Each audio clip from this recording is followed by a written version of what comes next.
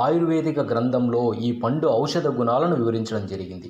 వీటిని ముఖ్యంగా స్త్రీలలో గర్భసంచి ఆరోగ్యానికి అవసరమైన ఆయుర్వేద మెడిసిన్ తయారీలోను, ఇంకా యూరిన్ ఇన్ఫెక్షన్ అంటే యూరిన్ పాస్ అవుట్ చేసేటప్పుడు చురుకు మంట తగ్గించడానికి, ఇంకా బ్రాంకైటిస్ నివారణలో అంటే వారాల తరబడి దగ్గు జలుబు నివారణలోను, ఇంకా చర్మ సంబంధిత వ్యాధుల నివారణలోను విరివిగా వాడుతున్నారు.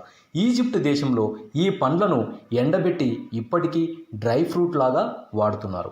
ఇటీవలే నైజీరియాలో జరిగిన పరిశోధనలో ఈ పండు గుజ్జు కాలేయ వ్యాధుల నివారణకు శక్తివంతంగా పనిచేస్తుంది అని తెలిపారు.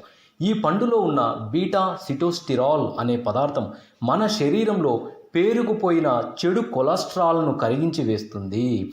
అదేవిధంగా 50 సంవత్సరాలు పైబడిన మగవారిలో ప్రోస్టేట్ గ్రంథి క్యాన్సర్ నివారణలో వాడే ఆయుర్వేద మందులో ఈ పండు